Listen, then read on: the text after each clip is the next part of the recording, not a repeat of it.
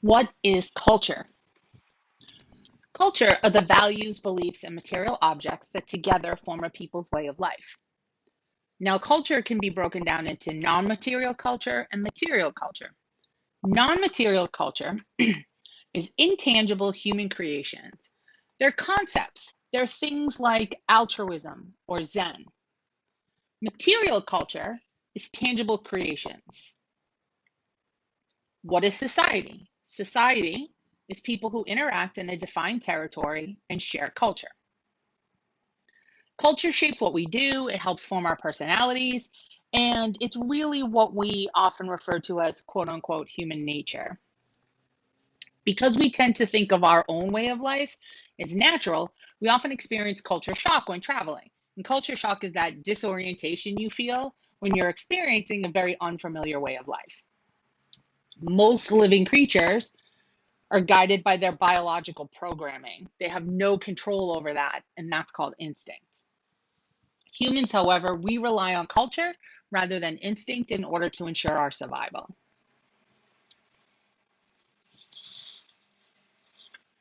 What sets primates apart from other creatures is intelligence. Primates have the largest brains relative to body size of all creatures. Some common traits that all primates share are sociability. They're affectionate. They have the ability to form long lasting bonds for child rearing and mutual protection, the ability to walk upright, and hands that can manipulate with great precision. And the Stone Age is the period where our ancestors made culture their primary tool for survival. And humans, in turn, developed the mental power to fashion our environment for ourselves.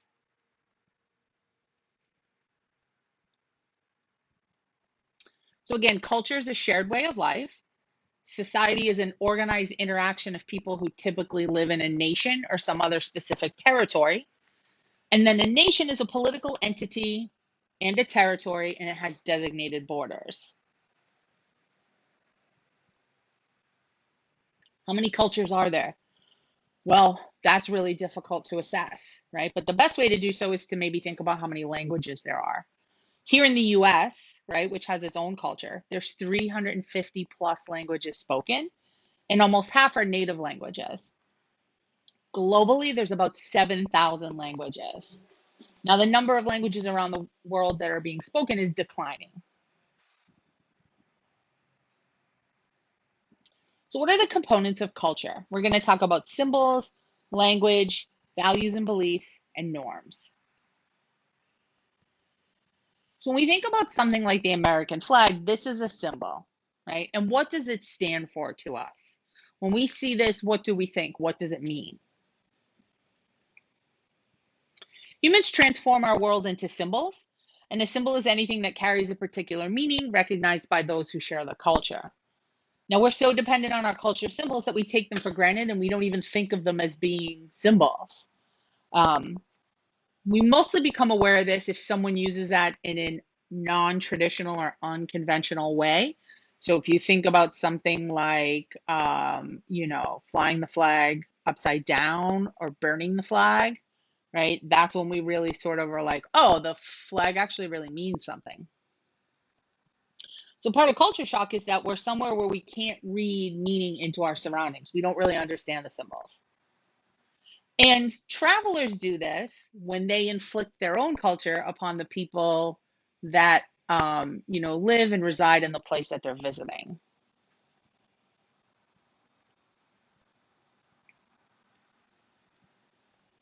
Now, language is a system of symbols. It allows people to communicate with each other. Language facilitates communication. It ensures that culture continues. Right? Language is one way we pass on our traditions from one generation to the next. And each language has its own words and symbols that are unique. There's always words that you might hear someone say to you, oh, we have a word in French and it doesn't translate, right? And a lot of times those words, we use them as whatever their native language is, right? Like there's many words we use, like a phrase like je ne sais quoi, right?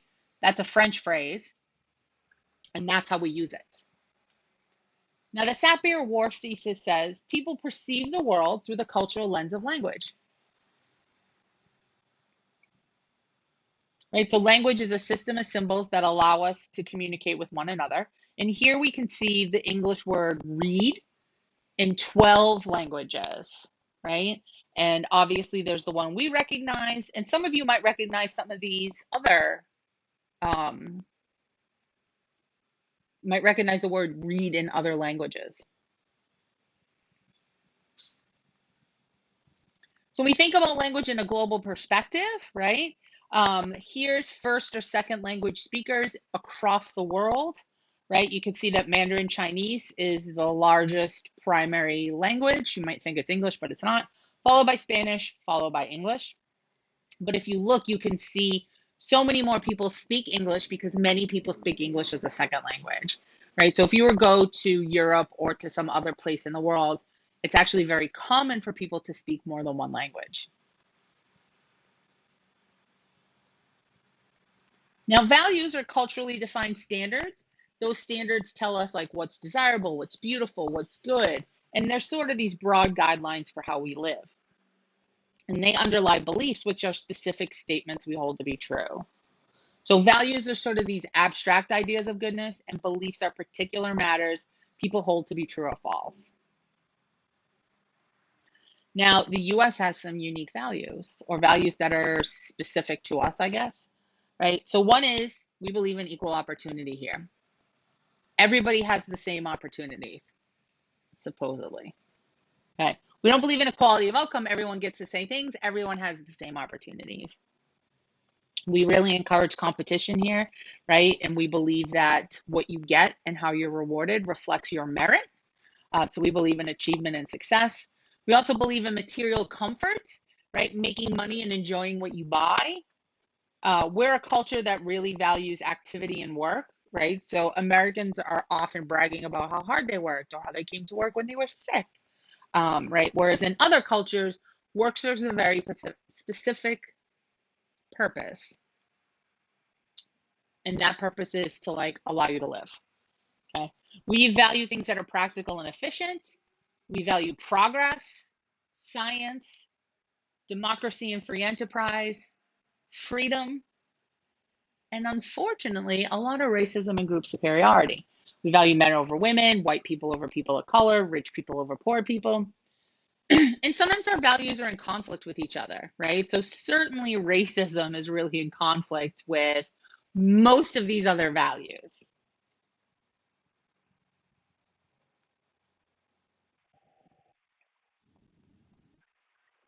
Now, norms are rules and expectations that guide our behavior. This is everything from like, right, when you walk down a hallway, you tend to stay to the right, or you walk down the street, you tend to stay to the right. It's things like don't go in the express checkout line if you have more than 10 items, right? We have different levels or similar concepts and norms, but with a little bit of difference. So Sumner coined the term mores. These are norms that are widespread but have moral significance. For example, children do not engage in sex with adults. Now, I take umbrage with how your book has worded this because children having sex with adults is sexual assault. Children can't have sex with adults. Sex is consensual. If it's not consensual, it's an assault. Okay. Now, folkways, these are norms for routine or casual interaction, right? Like what's the appropriate dress for wherever you're going. They make our encounters with other people more predictable. Okay. And then social control are the attempts that society makes to regulate people's thoughts and behavior, right? Now, um, in terms of criminal justice and the criminal justice system, that's a formal method of social control. You might argue that schools and teachers are formal methods of social control as well. But a lot of social control is how we regulate each other. This is everything from like talking about someone, giving someone a dirty look, politely telling someone their behavior is incorrect. And as we learn the norms, as we learn the rules and expectations, we can then evaluate our own behavior. Now, what happens when we violate those norms and expectations? Okay. Shame is the sense that other people disapprove of our behavior, whereas guilt is that negative judgment we make about ourselves. Animals do not experience shame and guilt. Only cultural creatures can experience shame and guilt.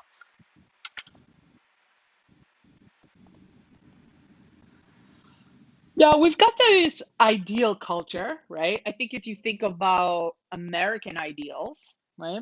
We've got this idea of what we think America is, what we think America should be, and then there's real culture. Okay. So think about something like this. Ideally, we think that people should be monogamous, right? That when people are married, they should not step out on each other. But many people are unfaithful. In fact, 25% of men in marriages are unfaithful and 10% of women are.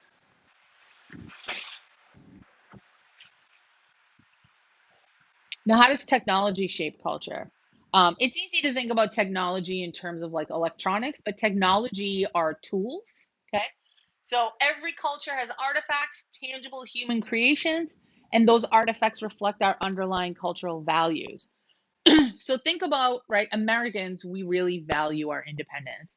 We have cars. Even if you live in a city that has good public transportation or any public transportation, many people still own cars, right? And that's because we like our independence here.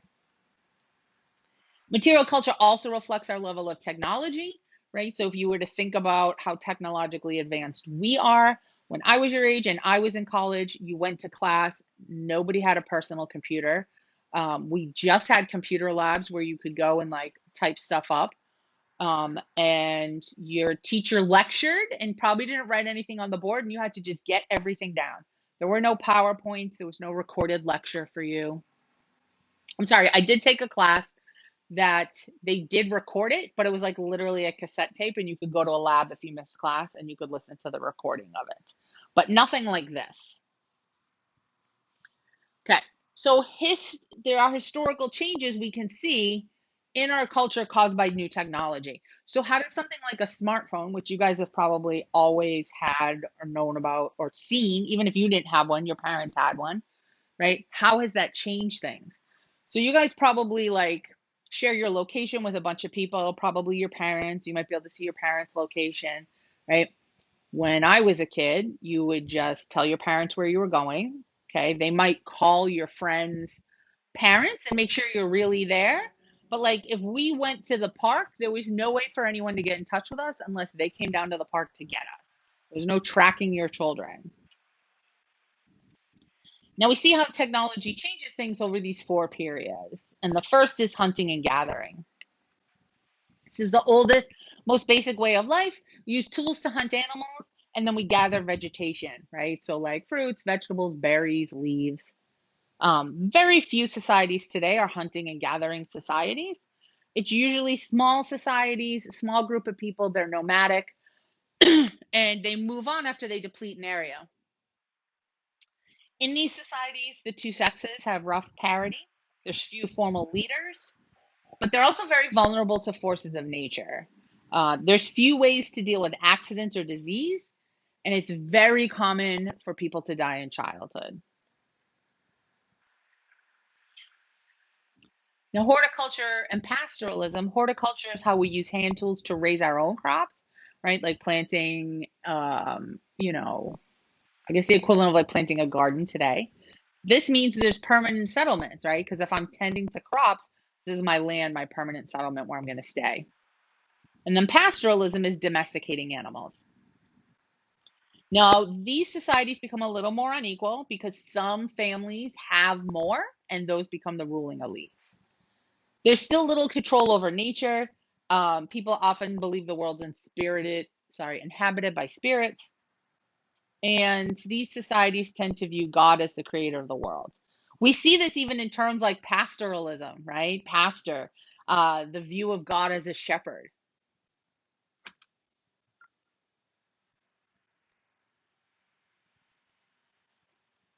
Then we have agricultural societies. This is large scale cultivation. Um, this is large scale farming. The animal drawn plow, the wheel, writing, numbers. This is the dawn of civilization. Agrarian people live in permanent settlements, and populations can easily grow into the millions. And they become specialized. So instead of like growing your own food, hunting your own animals, you might grow one type of food or you might raise one type of animal. Social life becomes more individual and more impersonal, and we see dramatic increases in inequality. So some people are living as serfs, slaves, indentured servants, and men have significant power over women. Now, industrialism is the production of goods using sources of energy, right? So the introduction of steam power really transforms culture. Most people now work in large cities under the supervision of strangers. And this means that traditional cultural values kind of get pushed aside. We have more influences than just our family and our small community. It makes the world seem smaller and raises the standard of living and extends the human lifespan. And schooling starts to become the norm. This does reduce some economic inequalities. It extends political rights to other groups of people, but it also weakens community. We begin to abuse the natural environment. We create unhealthy levels of stress, and we create weapons capable of destroying the world.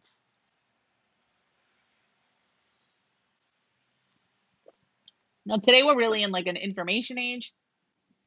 We're in post industrialism. This is the production of information using computer technology. Okay, so production centers on electronic devices that create, store, and apply ideas and information. Um, Workers need symbolic skills in this new economy. How well can you speak, write, compute, design, create images?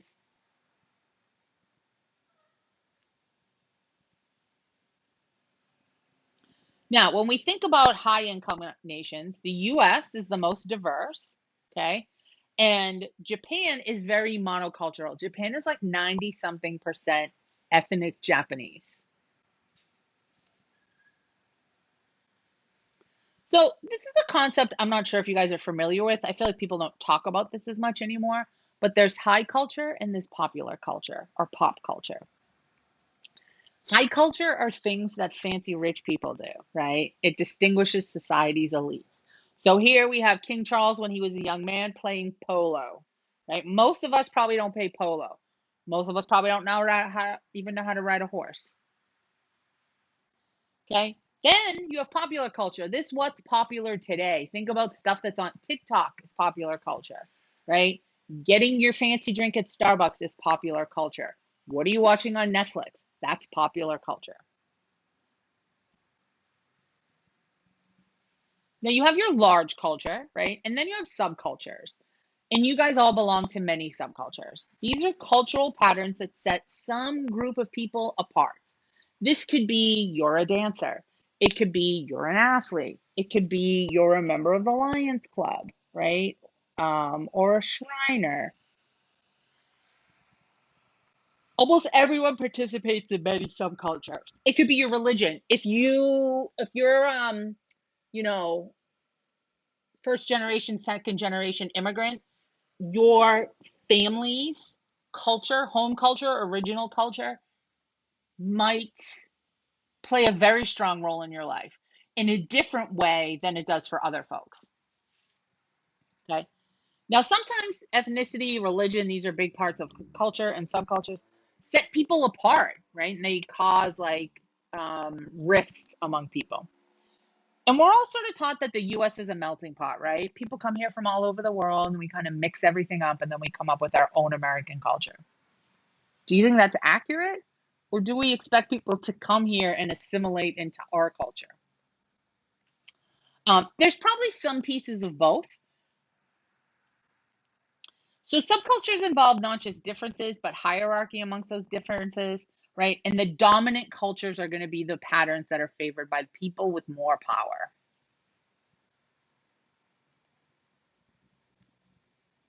Okay. Now we have this like motto here in the US, e pluribus unum, out of many, one, right? And so we're not so much a melted, hardened culture, but a hierarchy. Um, Basically, melting was adopting English ways. History in the US is chronicled from a European point of view.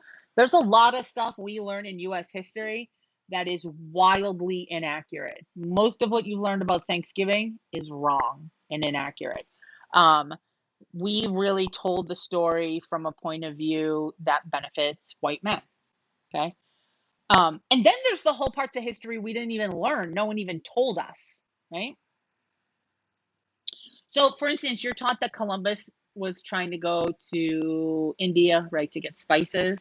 One of the spices, quote unquote, that Columbus is tasked with getting is opium, which is a drug. To offset Eurocentrism, this idea that like our history, our culture is very European centric. Some people call for Afrocentrism, right? Thinking about African cultural patterns. I don't know about you guys, but every time I learn some fact about American history that is like wildly wrong, I really want to take an American history class today that tells the whole story, right? I want to know about the role Native Americans played. I want to know about the role that Black Americans played, right? I want to know about the roles women played. I want to know what really happened. Some people argue this creates division. Here you can see that language diversity across the United States, right? And language diversity is really going to be based on like where do immigrants settle when they come to the United States, right? And so you can see here what percentage of people speak a language other than English at home. Okay. So where we live here in Massachusetts, a lot of people speak another language at home. Spanish is pretty dominant here in Massachusetts. And then Portuguese is also pretty dominant in Massachusetts because we have a lot of Brazilian immigrants, right? But there's lots of other languages people speak.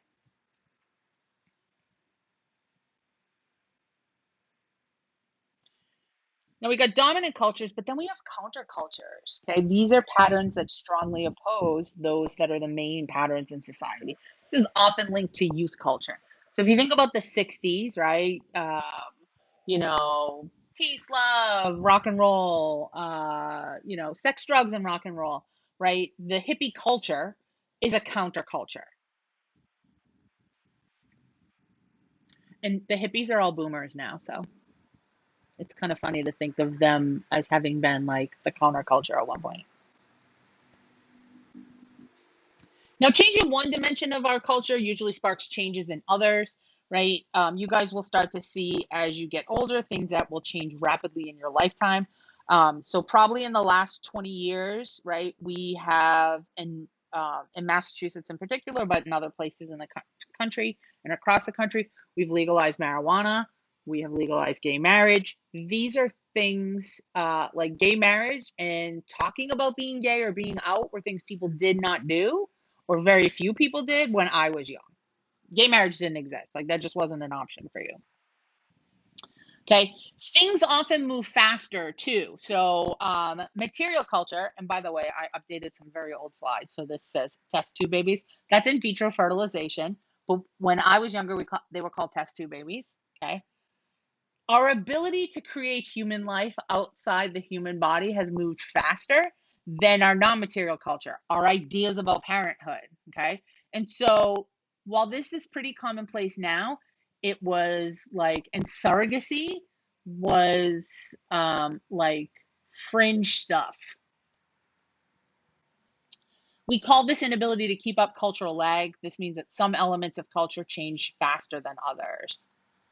And cultural change can happen in a bunch of ways. One, we can invent new things, right? So the invention of the smartphone, the invention of a mobile phone, first of all, but then the invention of the smartphone, right? So you guys might have heard some folks older than you, people in my generation, even the generation right below me, you might have heard them be told in school how they have to learn certain things in math because, quote, you're not always going to have a calculator on you. Okay. But not only do I have a calculator in my pocket all day, I have a computer in my pocket all day, right? As I sit here talking to you guys, there's an iPad right behind me. I have a laptop. I have a second screen. I have my phone. And also within reach, I have AirPods in my ear, and then I have AirPod Max right next to me, right? So, like, so many inventions. There's discovery, that's recognizing and understanding something that already existed. And then diffusion. How do we spread those ideas, those objects from one society to another?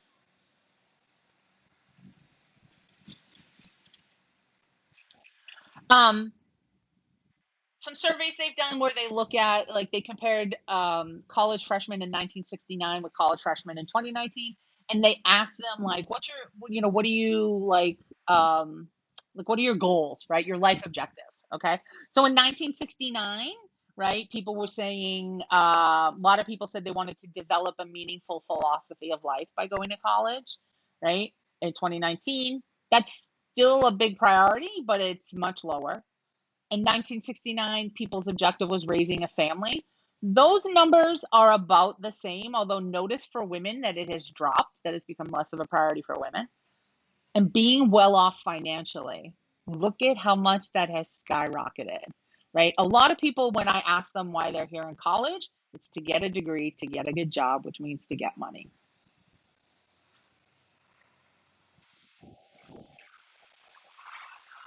Okay, now things to think about when we think about culture. One is ethnocentrism, and this is the fact that we tend to judge other cultures by our own cultural standards. Okay, this means we misunderstand things, it means conflict arises.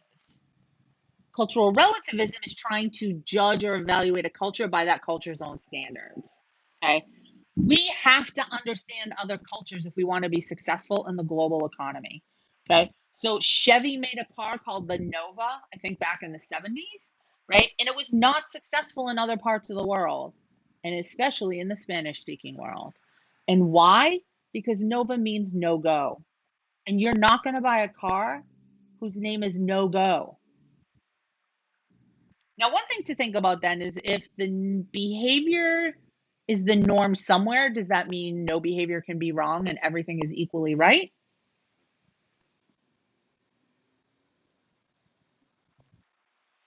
We also have a global culture today, right? We can share information so fast, right? We have the information superhighway, the World Wide Web. How quickly can you share information?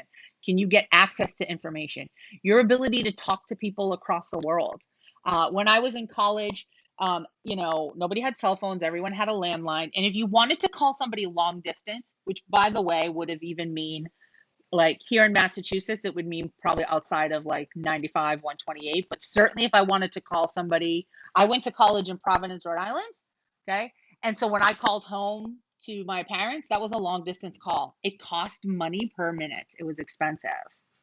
Okay. I had a long distance boyfriend while I was in college, and we did not talk that often because it was very expensive. Like an hour long phone call would cost you, I don't know, 10, 20, $30. Okay. Today, you can hop on the Wi Fi just for the cost of the Wi Fi and the cost of your cell phone, and you can get on FaceTime and you can see them. You guys can do your homework together. You can chit chat. You can keep each other company. Um, when my niece was little, she would sometimes call me when she couldn't sleep, and we would do what we call FaceTime fall asleep, right? So we'd both watch TV and we'd put our phones on mute so we couldn't hear each other's TV and like kind of keep each other company. The flow of goods, right? So like we have these iPhones and they're crazy, stupid expensive, but many of the parts and most of the phone is assembled in China, right? And then there's the flow of people. So not only can we talk to people, not only can you have these long distance relationships, but you can quickly fly back and forth to see your long distance sweetheart or your best friends. Um, and we can move people around the world quickly. My brother, literally today, as I'm recording this, it's August 2024. He and his fiance are in Brazil. His fiance is from Brazil, right? And it took them a while to get there because they had some flight issues, right? But they're able to get there on the same day. Now, there's some limitations to this. The flow of goods and people is uneven, right? So it's not like, there's places that we're not flowing to because they're unsafe and we don't want to live there, right? And some countries are making more and better goods than others. Also, not everybody can afford these things. So while I've mentioned many Apple products to you today, um, these are expensive, right? And not everybody can afford them, even a lower end model. Um, Sometimes people have a model that someone handed off to them. Okay.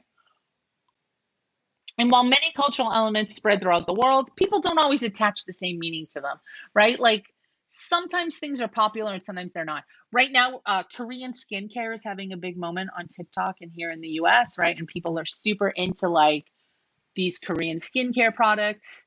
They're supposedly much better at it than we are, right? And so that's kind of having a moment and a big influence worldwide.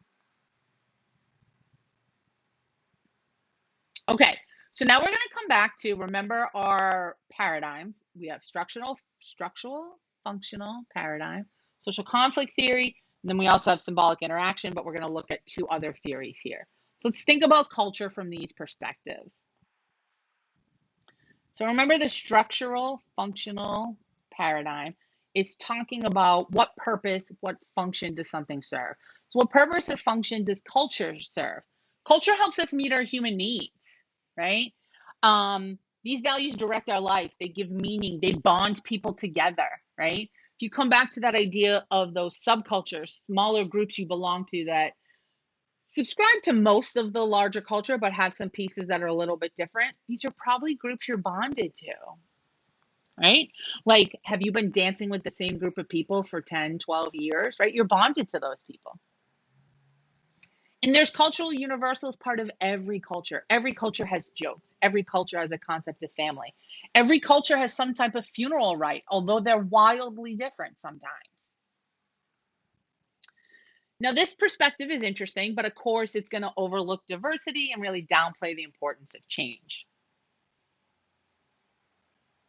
Now, social conflict approach focuses on that link between culture and inequality. If you come back to that example of like the US versus Japan, the US is so diverse, it means that we have a lot of inequality and a lot of conflict here. Okay.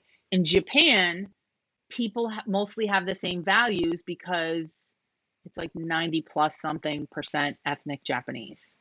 Okay. But any cultural trait, it's going to benefit some people at the expense of others, right? So we kind of love capitalism here in the US, even though it screws most of us over. This is rooted in the idea of materialism, right? Our material production has a powerful effect on us. And even if we don't think of ourselves as materialistic people, right? There are things we want, and those things do signal certain things about us, right? So, like the iPhone does have, like, provide some level of status, right? What's like the hip, cute new in jewelry or the way people are dressing.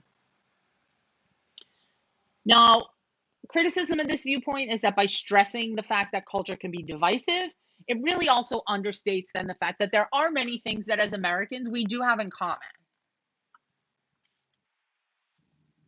I'm going to look at a couple other perspectives. One is sociobiology. This looks at how human biology affects how we create culture, right? So Darwin argued that living organisms change over time.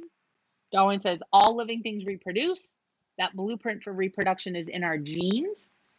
There's some random variation in genes, and that allows human reproduction to try new life patterns. And over thousands of generations, the genes that promote reproduction win out, right? You guys remember learning about like dominant genes and recessive genes. Okay. So a species adapts to its environment and the dominant traits emerge as quote unquote the nature of the organism. Okay. Men best reproduce or reproduce most effectively by engaging in sex readily and often. Okay. You guys have probably heard this idea before, right? That like men are looking to spread their seed and women are looking for stable partners to help them raise, rear, and take care of children. Okay. So women, efficient reproduction for women depends on someone who's going to help our child survive. Okay. So things to think about this double standard. Yes, some of it's biology, but it's also the product of men's domination over women. Okay. Some things to think about with this viewpoint is we want to make sure it doesn't lead us to arguments that one race or sex is superior to another. Also, not a lot of evidence to support these theories. Now, feminist theory focuses on the idea that culture is gendered. Society defines what is male as being more important. And society even defines what is male and what is female, right? Sometimes you might hear people today like, oh my God, he's a boy. Why is he wearing pink, right? Or dresses are for girls. Pink is for girls. High heels are for girls.